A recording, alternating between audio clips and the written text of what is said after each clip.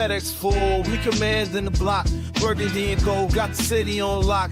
Hustling plays, they don't need to pretend. DC rep strong and we fight to the end. Command is moving, no breaks, no pause. Hands in the dirt, respecting the call. K-Dot in the mid, dissect the grind. District divider with a city in mind. Join the damn squad, don't miss a bit. And you gotta spread the words, or shit is shit. K-Dot. Welcome, everyone, to District Divided, a DC sports podcast, more specifically, a Washington Commanders podcast. I am Amit. That is K-Dot. We've got ourselves some huge breaking news. Literally just happened 30 minutes ago. The Washington Commanders, your Washington Commanders, have traded for wide receiver Deebo Samuel, formerly of the San Francisco 49ers, for a 2025 fifth-round pick. So, lots to get to over here. And if you enjoy the video, please like the video, subscribe to the channel, hit the notification bell, comment as you always do, and K-Dot. Don't give a fuck, no draft picks past round 4. And that's it. Share this shit. We greatly appreciate you guys. Hawk TV is here. Appreciate you joining us just now, Hawk. We're doing well. And without further ado, let's go ahead and get into this. So, K-Dot, once again, we trade for wide receiver Deebo Samuel. A lot of rumblings about him wanting a fresh start. There was the immediate connection to Adam Peters, sorry, I'm forgetting his name right now, Anthony Lynn, right? Taking some time in San Francisco, comes over here. What are your thoughts on the trade? Fucking great, man. As we've been talking about it, it's just about like what you had to give up as far as the compensation to go get him. You tell me you're getting Deebo Samuel for a 5th-round draft pick that I don't really give two shits about. Yeah, sign me up. Yeah, as long as it wasn't like, if it was a 3rd rounder, a 2nd rounder, something like that, I probably feel a little more like, all right, well, he better come show up and perform. But I mean, he's already got less stress than Marshawn Lattimore. Like it's, and plus, we've talked about it. I love the Swiss Army knife nature of what it is that Deebo Samuel can bring us. So, like, just from a value standpoint, we're getting better. It's definitely adding him to the mix is an absolute upgrade for a 5th-round pick. Sign me the fuck up. It's a beautiful, honestly, initially you have the logical side of things, as we were talking about it in the last episode. Would you do this? Okay, we don't need to invest too much in a wide receiver 2 or 1, depending on how you view Deebo Samuel. But the moment it broke, it was like, no, you know what? This is awesome, especially when you find out it's for a 5th-round pick. So this now means that we have Terry McLaurin and we have Deebo Samuel. And they both are owed a lot of money. So this probably throws out Christian Kirk as a possibility now, even if he were to get cut, because that's going to be anywhere from 15 to 20 million a year, most probably. So I don't know how much we're investing in the receiver position. What is your take on that, Kate? You seem to be shaking your head a little bit there. I'm just saying, I guess Jim Sleazy rubbed off on you. There's no love for Luke McCaffrey, motherfucker. Luke, is this enough for you, right? Is this enough? So now we have Deebo. Now we have Terry, right? Are you drafting a wide receiver still? How do you view the room? Yeah, no, we still need more bodies, right? So it's like, how do those bodies kind of fill in? Like, if I'm looking at the unrestricted free agents that we do have, like if we're ranking them with a Deebo Samuel coming in, I probably prioritize De'Ami Brown just because he does something the other guys are not necessarily doing right now. But does that mean that I'm as high on Zacchaeus coming back? No, not really. So it just depends on, like, yeah, we still need more bodies. And somebody tell me, like, if there's a wide receiver that they like in this draft, I'd take a flyer on that person too. I mean, we've said, I still have the rookies from last year that I still want to see get more playing time. So I'd hate to see somebody else come in and steal reps from like a Luke McCaffrey. But if the coaching staff thinks, hey, this guy's an upgrade over what it is we got, and Adam Peters in the front office, I fucking trust. Yeah, no, that's fair. And once again, now we have 3 wide receivers under contract. It's Terry McLaurin, it's Luke McCaffrey, and now it's Deebo Samuel. So, of course, we do need more options at wide receiver. We're going to need to sign some guys back, most probably, and then maybe even draft one. Hawk TV had a question here. Do we know if the 5th rounder is conditional and could possibly be moved up? As of right now, we don't know. It seems like it's just a fixed 5th-round pick. We also haven't heard anything about an impending or a pending extension with Deebo Samuel, who's entering the final year of his deal. We're taking on his money that he's owed this coming season. Yep. which is about 17, 18 million in that range right there. So that's happening. I think that's why you end up seeing a 5th round pick on it. The Niners, as of right now, have lost some money on this. Their dead cap was 31 million. So they are just simply honoring Deebo's request to be able to start fresh somewhere new. He just turned 29 years old, so that's another bit on him. And everyone remembers the all-pro year he had in 2021. That was 1,400 receiving yards, and he also was carrying the ball as well. He was absolutely fantastic that year, 365 yards rushing as well. I mean, you're talking about 1,700 all-purpose yards, and this guy breaks tackles like it's nobody's business. One of the best in the business to do that.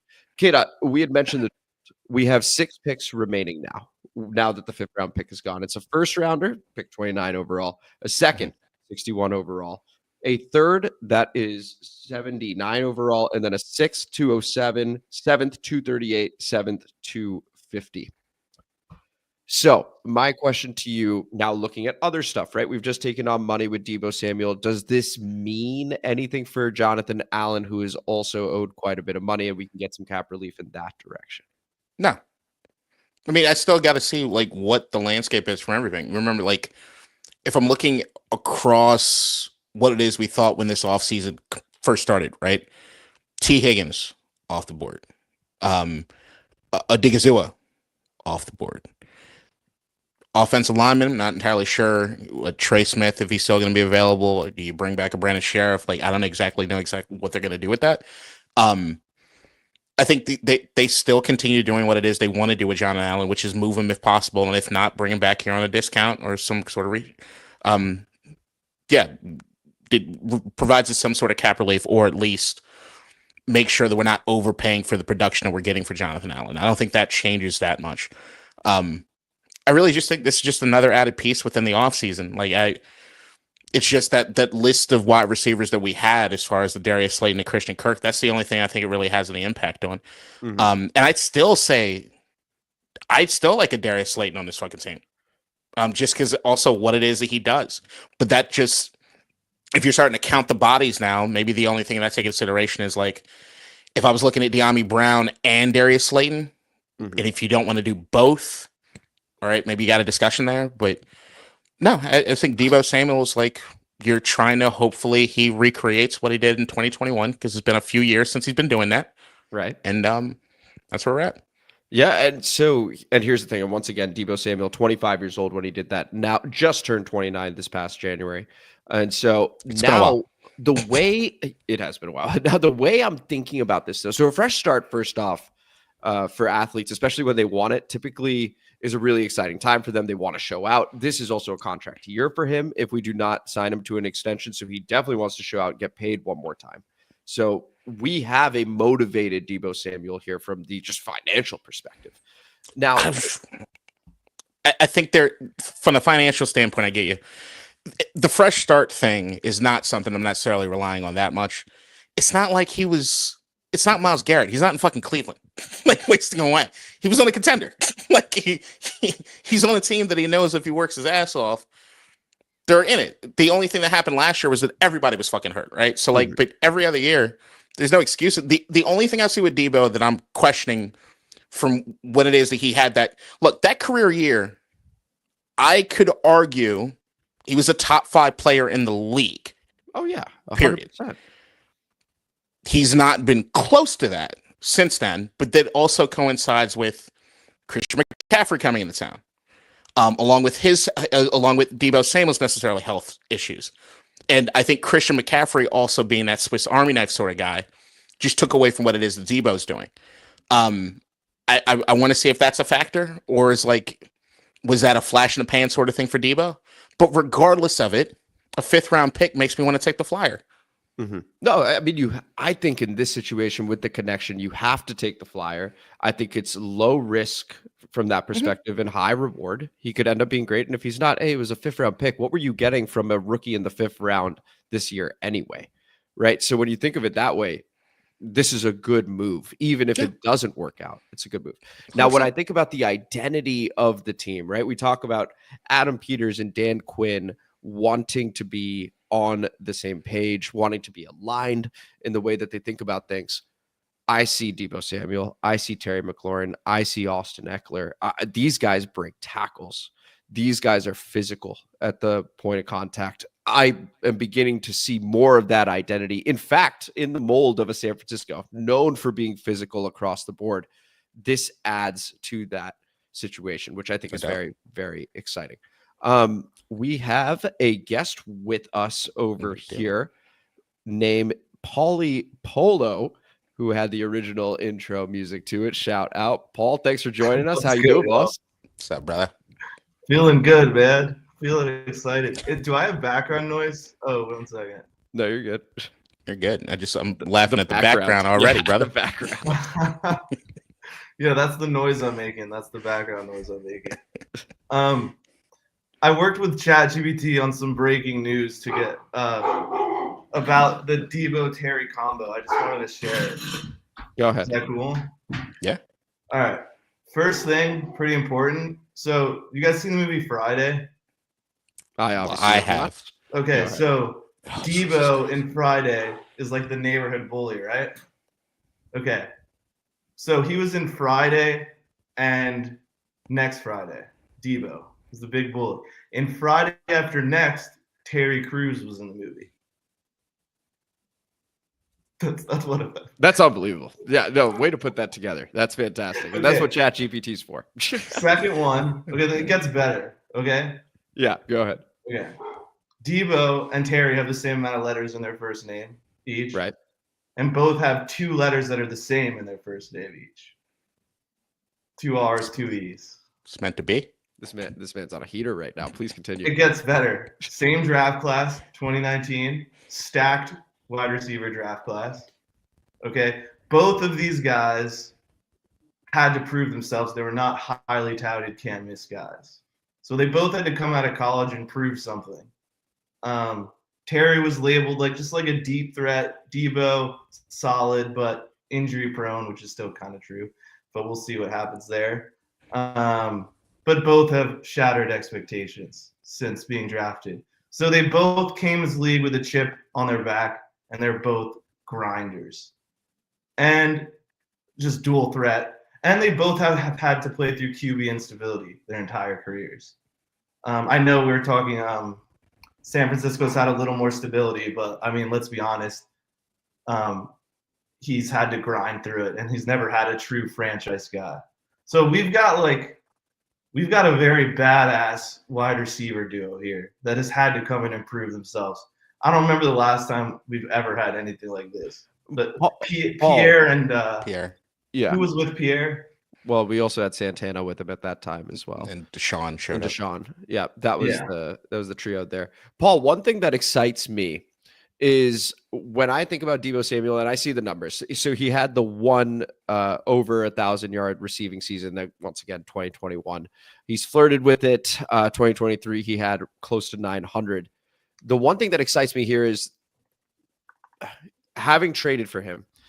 He's not in the situation in San Francisco where there's a Brandon Ayuk, there's a Christian McCaffrey, there's a George Kittle, right? Like, he will be a higher option immediately because he wasn't the number one. It would rotate by game in San Francisco. Here, he should have a greater share of opportunities alongside Terry McLaurin. So when I think about it that way, I think he can have a pretty strong impact. What are your thoughts on that? Yeah, 100%. I mean, last year, Jaden created number 2 receivers out of guys that would be riding benches on most teams. To have a solidified guy who's been a number 1, be able to come up this is giving me, obviously not to the same level, but Jamar Chase, T. Higgins vibes in terms of having 2 guys that can put up number 1 seasons. We've never seen. I'm even more thinking about Terry now. We've never seen what Terry can do when there's another guy to fear on the opposite side.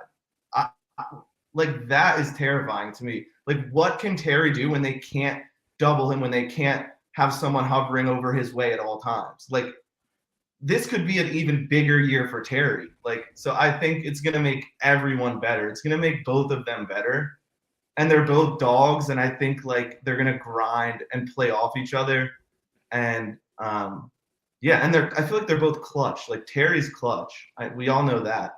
But I feel like I was watching like Deebo's highlights for like 20 minutes just now, and just from that, that's all I've seen. Like besides, watching football as a fan, he makes clutch catches in tough moments. So we have two clutch guys that can rise to the occasion. So yeah, having them being the two centerpieces of our receiving core is gonna be crazy. Like, and now we can like focus on a tight end too. Like we can go get someone. And we know K-Dot loves his tight ends. K-Dot, when we talk about the impact, I want to pull on that thread, Paul, the impact it can have on Terry, right? Where maybe not as much attention is on him. What are your thoughts there? I don't think that does that much. Just looking at the kind of player that Deebo Samuel himself is, and also looking at like what it is that happened in San Francisco, even when it came to the target share sort of thing. I think I look at this Deebo Samuel thing. Like I was going to add, Paul, those highlights you were looking at, how old were they? Like, yeah, no facts. Oh, so, look, man, I want Deebo to be the guy. He's now rocking the burgundy and gold, or will, as of what, March 12th, March 5 p.m. So like, I'm rooting for him. I'm hoping for the goddamn best, right? But like, I look at this more inside the lines of, and this is good for the offense, but like an Austin Eckler type. I think pitch count, get him involved in some different ways. He's a mismatch sort of thing. You got to kind of keep an eye on him. And you add anyone to that, it's going to help anyone in an offense eat a little bit more than that. But it's not, I wouldn't compare this to like a T. Higgins, Jamar Chase sort of thing. I wouldn't compare it to even like a Jordan Addison, Justin Jefferson sort of thing. I just don't think Deebo's that sort of player anymore. K-Dot, you think he's going to be on a pitch count? I think that if you're looking for 2021 Deebo Samuel, That's not what I said. I'm saying you think he's going to be on a pitch count. I think that it's not necessary. Maybe pitch count is not necessary.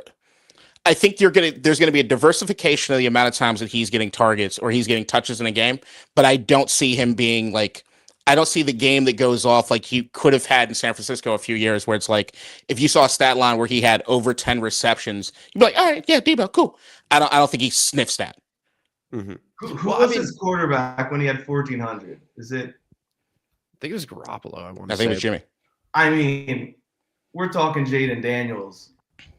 I mean, yeah, but think about that offense. So like when 2021, who they have? It would have been Kittle still. It would have been. Name another receiver. Oh, man, it's been a while. And then as far as the running backs go, they had nobody out of the backfield that was a threat to catch the ball. Who was the before back? Christian McCaffrey? Raheem Mostert at that time, I want to say. Burner, but wasn't necessarily a huge receiving guy out of the backfield for them. Because you remember he also carried a lot. That's why he carried a whole bunch as well. Yeah, 100%. Right. So like, right. That's the thing is like, I think that this is great for Cliff's offense. If you tell me you're going to add somebody else along the lines of an Austin Eckler, fuck yeah, give it to me. Especially like, I love 21 personnel last year, right? Just imagine a backfield where you got Austin Eckler and Deebo Samuel standing next to each other. Shit, maybe even put 3 backs back there, motherfucker. Like, you have no idea what's anything's going. Like, that to me opens up the offense a bit. But like I don't know. I don't look at Deebo Samuel as like a true number 2 guy anymore. Okay. And so that brings up Big Papa Grizzly over here. Do you guys see this as just adding another middling receiver to an underwhelming room? So, okay, I'll let you answer that. It's more than middling. It's more than middling. I don't want it to come across like I'm shitting. Goddamn, being schmeeding about this fucking team. It always got me on the fucking back burner defending myself. It's like, it's not middling.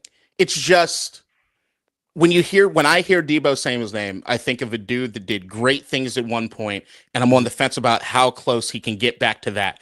I'm hoping, I'm praying, contract year, I get the absolute best out of you, but you were in San Francisco, you had more than enough incentive to show me everything you had because you guys were a winning team. Okay. Yeah, I'm looking up.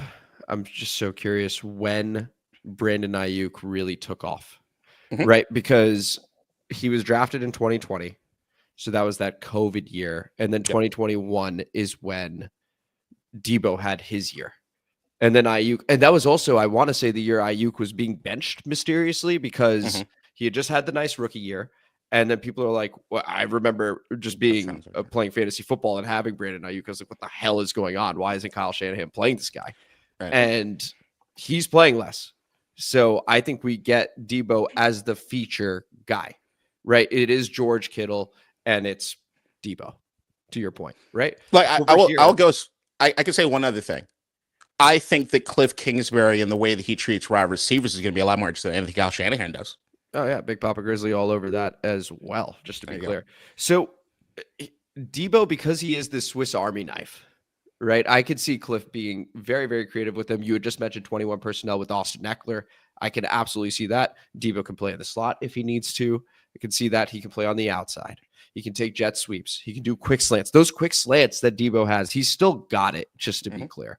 So once again, I am very curious to see, I'm not guaranteeing it, but I'm very curious to see what it looks like when Deebo is not around all these other amazing offensive pieces. Like we've got Terry, let's be real. And that is about it. Yeah. Right over there, it's George Kittle, it's Christian McCaffrey, it's Brandon Ayuk, it's Jawan Jennings who came on, right, and ended up doing pretty well last season. There's so many mouths to feed over there. Over here, he gets that fresh start, and I think he gets way more opportunity. That's the point I'm making. So I'm so curious to see what he does with that additional opportunity, because he'll get more targets here than he got in San Francisco. I can guarantee that. I bet on that. I just think the other meaning in exactly what it is you just said is, why is he that low on the realm of all the different options? As far as like, we can say Jawan Jennings surpassed him in a certain sense last year. Why is that?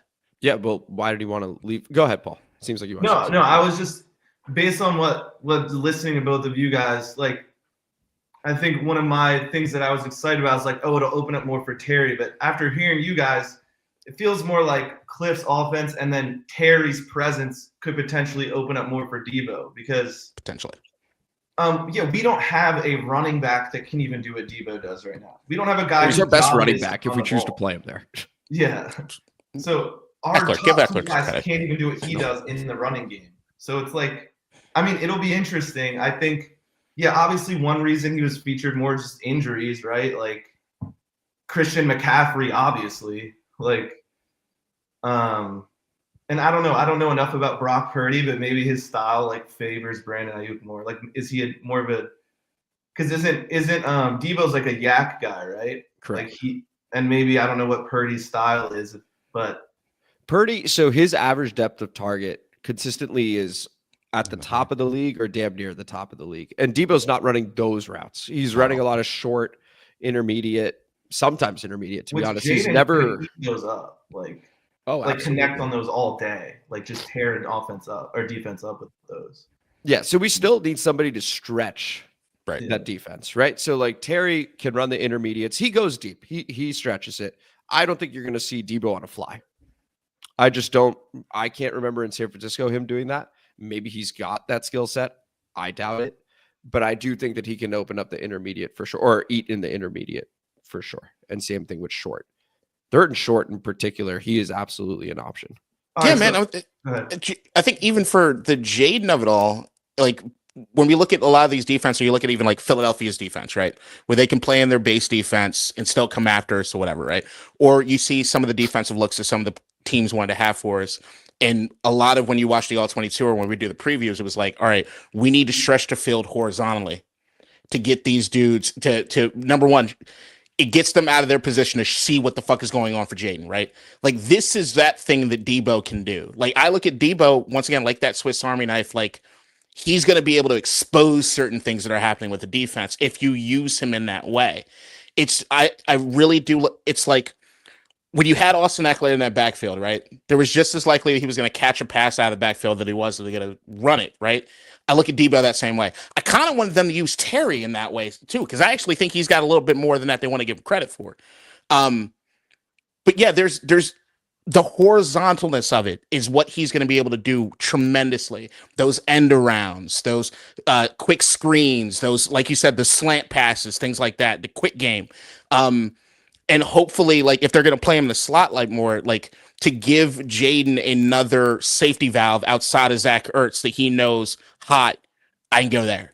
Like that's something cool. And if Deebo can flash a little bit more than he did last year in that short game, as far as getting some of that separation and stuff, like if he can get a little bit more than that and like focus on that, yeah, it's a big deal. But once again, it's been at least a season and a half since I've seen that. Of course. And what I'm saying is we'll find out whether that was just a product of so many other people being around him and talented people at that. Ayuk's a better route runner, real, right? Yeah. George Kittle also better, I think, as a receiver, right? I think Deebo's just the all-purpose guy. He's able to do a little bit of everything. Jack of all trades, right? Go ahead, Paul. It just feels it's just amazing that we're talking about it like this, and there's like no fear or pressure that we just like sacrificed our season to get this guy like we usually would have. Like I could see like Dan Snyder giving up a first round draft or second round pick for a guy like this without even knowing where the negotiations are. Like even if he just becomes an Austin Eckler type and not an 800 to 1,000 yard guy who's changing games and winning games for us. We gave up a 5th round pick. We know. I feel like his basement for sure is what he's done is better than a 5th round pick. Like it's no doubt. Like we won this trade. Like we won getting this guy. Like it's just cool being able to talk about it and not worry that it's going to destroy our season if it doesn't work. And Paul, I think that's the thing that everyone needs to get wrapped their head around as far as what makes this special. Deebo Samuel having 800 yards or 1,000 yards don't mean shit to me. What it does for me is like, is Deebo converting on third down a lot? Yeah. Is he getting us in position for Terry to make the game-winning pass, right? Like, if I'm going to look back at the season of Deebo Samuel and be like, yo, man, that motherfucker was clutch when we needed that goddamn first down. He got that first down. Like, that's what I think the best of Deebo Samuel is going to be this year is, like, in these clutch moments where you need a certain play, not a whole lot of yards, but you need this first down here. You don't even need the first down. You just need third and short. That's what he's going to be Air Force. Like, that, to me, breeds success for the offense. So you're saying no more 4th down, having to go for it on 4th down every time because we can get it to Deebo, hopefully, on 3rd. We can convert on 3rd. We can now convert on 3rd. That would be amazing. Right. If we just can do that with this guy, yeah, that would be incredible. Oh, one other thing I wanted to add, it's pulling on Paul's point a little bit, right? What it does for Terry. This is also going to be a nice situation where when we go against teams that play a lot of man, right, that if they choose to put their best corner, this is what I would do if I'm the defense. I would put my best corner on Terry, right? But then, all right, well, now Deebo's getting the number 2 person, or again, he can play in the slot. You can now begin to get certain mismatches with him. Also, the physical style of runner that he is. We talk about beating the Philadelphia Eagles a whole lot now, right? They have this outstanding roster, and it's very important that we find creative ways to beat them. A guy like Deebo Samuel being that jack of all trades gives you more opportunities to be able to attack that Philadelphia defense and physically at that. The last thing I wanted to point out is that he and Trent Williams were absolute leaders on offense and for that team. You know, they bring out that boom box, you know, as they go out onto the field. The record when Deebo and Trent both play for the San Francisco 49ers, this staggering amount. It's important to know that this guy is going to help lead as well. So he's not just going to be a guy that's on his own trip, I don't think. Go ahead, Kate. You have a look on your face. I just know you guys ain't on Black Twitter. Deebo's been an interesting cat. Of course he's been an interesting cat, just to be clear. Okay, I got the rose-tinted glasses. I'm the optimistic guy. You know that. Look, even that boombox was getting kind of fucking tired last year, bro. Like, it was, like, there was some moments was like, dog, shut the fuck up and make that catch. Like, dude, the drop. He had that one drop against the Rams where it was like, buddy. This is after he said he wasn't getting the ball. Yeah. Just saying. No one's perfect, but this just happened an hour ago, so I know it's going to go great. No, look, man, here's what I'd say. If we can find, if it's either De'Ami Brown or somebody else, if we can find a true blue number 2, take the top off the fucking defense, you got me really excited about this. Right now, I'm feeling good about it. And I'm hoping I see a better version of Deebo than I've seen in the last couple of years. But if we could truly get one of those take the top off guys, I feel fucking great about it.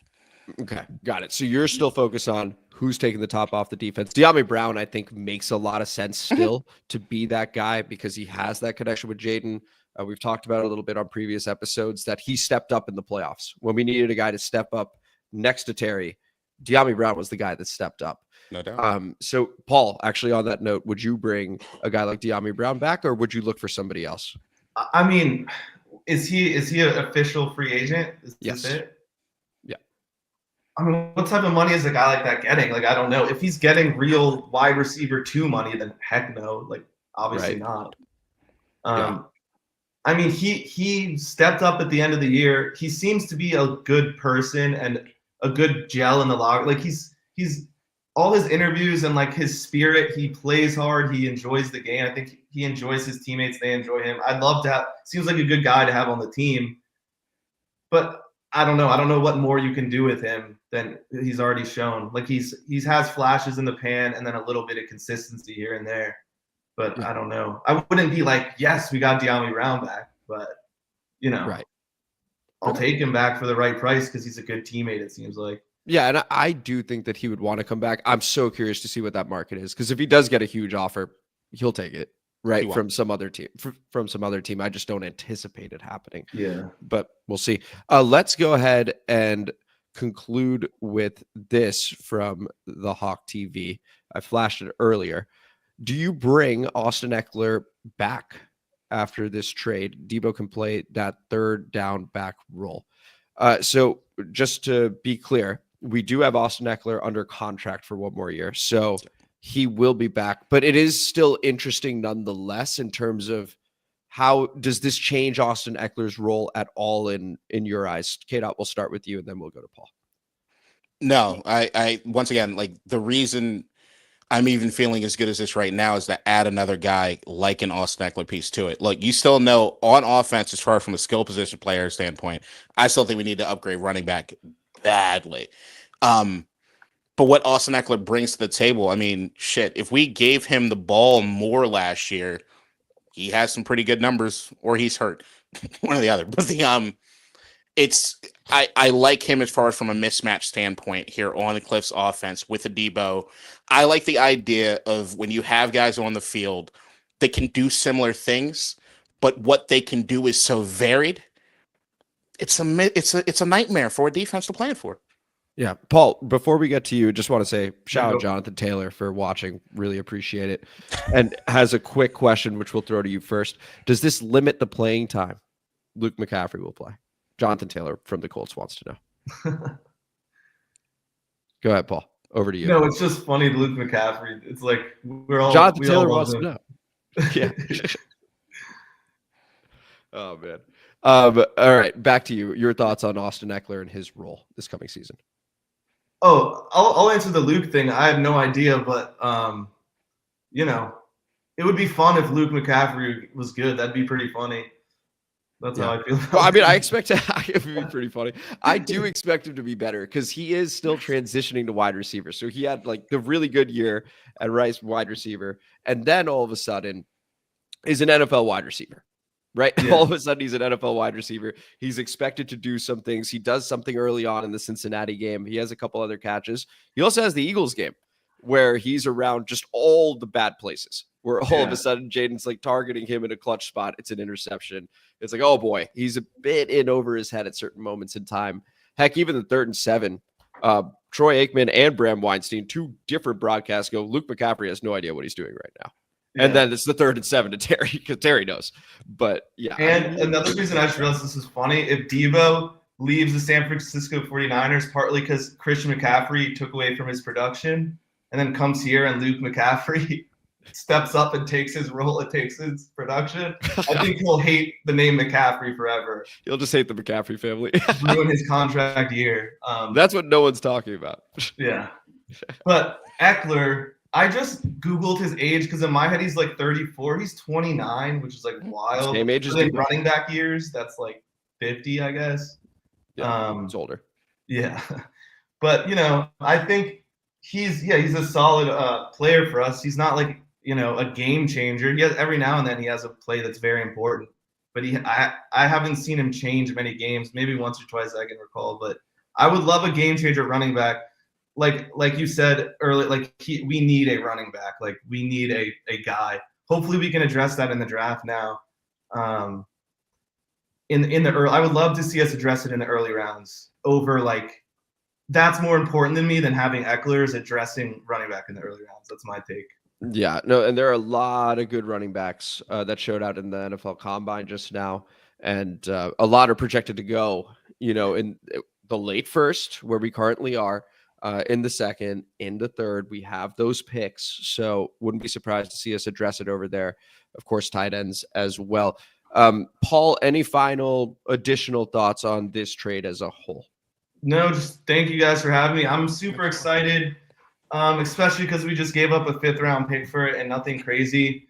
I think I'm more excited about this than Cooper Kupp. Cooper Kupp's older. There's less chance. I don't know. I'm more excited about the possibility of the Terry Deebo combo than Terry Cooper. Mm-hmm. And yeah, I think there's no telling what Jaden can do with a guy like Deebo if he can stay healthy. I think there's a chance he can show the same, have a season similar to the one he did in 2021. That's what I'm hoping for. I'm hoping for big numbers too, not just important plays. I want to see 2 1,000-yard receivers on our team next year. That's what I really want to see. That would be fantastic. Let me ask you this, Paul. 670 receiving yards last season on 51 catches. Do you think that is exceeded this coming year with Washington? Do you know how many games that was by any chance? 15. Hoping he stays healthy, he's exceeding that for sure. What he did with what Jaden did with Zacchaeus and Noah Brown and those guys, yeah, he's exceeding it if he stays healthy for sure. That's my take. Same question to you.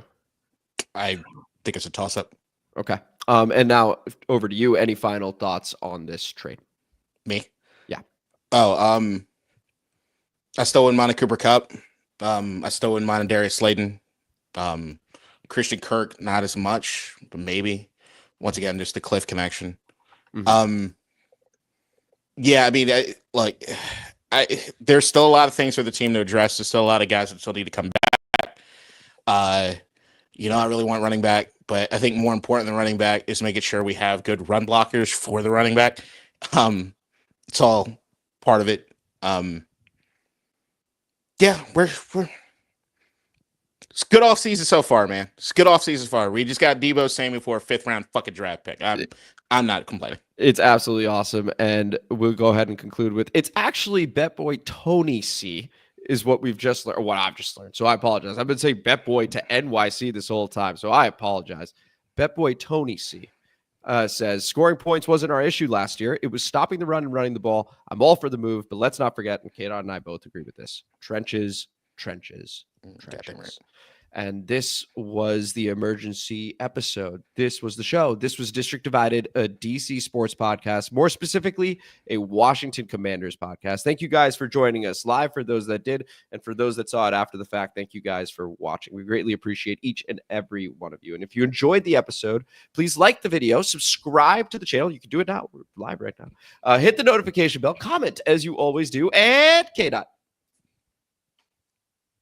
I'll dip with you. Share the shit. Come on, baby. Share it. Share this shit. We greatly appreciate you guys. And we'll see you Friday, 2 p.m. as we always do, where we'll fill the comment mailbag from this one. If you want to comment on this after it's uploaded to YouTube fully, meaning this episode ended, throw that in. We'll read those, and we'll read the prior episode's comment mailbag as well. So until then, take it easy, everybody. Enjoy your Saturday evening. Bye, everybody. In DC, we're just hoping that you listen.